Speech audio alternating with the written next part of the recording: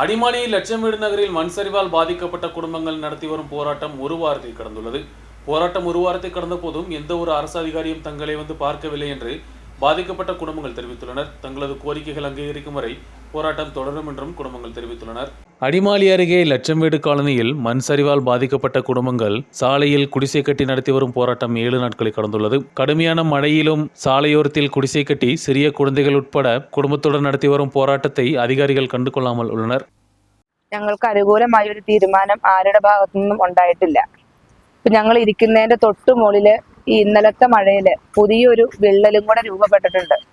നിങ്ങൾക്ക് ഇവിടുന്ന് നോക്കിയാൽ കാണാം. ഞങ്ങൾ ഇവിടെ അപകട ഭീഷണിയിൽ ഇരുന്നിട്ടും ഒരു ആൾക്കാരും നമ്മളെ തിരിഞ്ഞു നോക്കുന്നില്ല.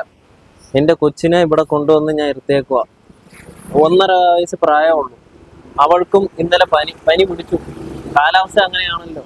അപ്പോൾ ഇത്രയും ബുദ്ധിമുട്ടിൽ നമ്മുടെ ഒരാളും നമ്മളെ തിരിഞ്ഞു നോക്കാൻ തയ്യാറാണ്.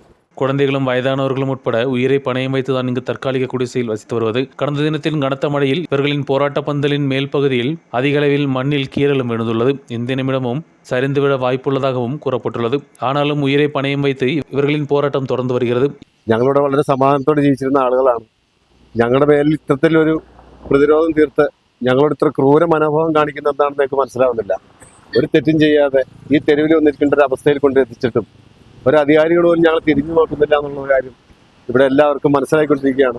7 ദിവസമായി പല അധികാരികളും വന്നു പോയതല്ലാതെ ഞങ്ങൾക്ക് അനുകൂലമായ ഒരു തീരുമാനം ഇതുവരെ ഉണ്ടായിട്ടില്ല. ഇന്നലെ രാത്രി ഭയങ്കര മഴയൊക്കെ ആയിരുന്നു. ഞങ്ങൾക്ക് പേടിയായിരുന്നു ശരിക്കും ഇവിടെ കിടക്കാൻ. എന്നാലും ഞങ്ങളുടെ സമരം വിജയിക്കാൻ വേണ്ടി ഞങ്ങളുടെ ജീവൻ പണയം വെച്ചും ഞങ്ങൾ ഇവിടെ കിടക്കുകയും ചെയ്തേ.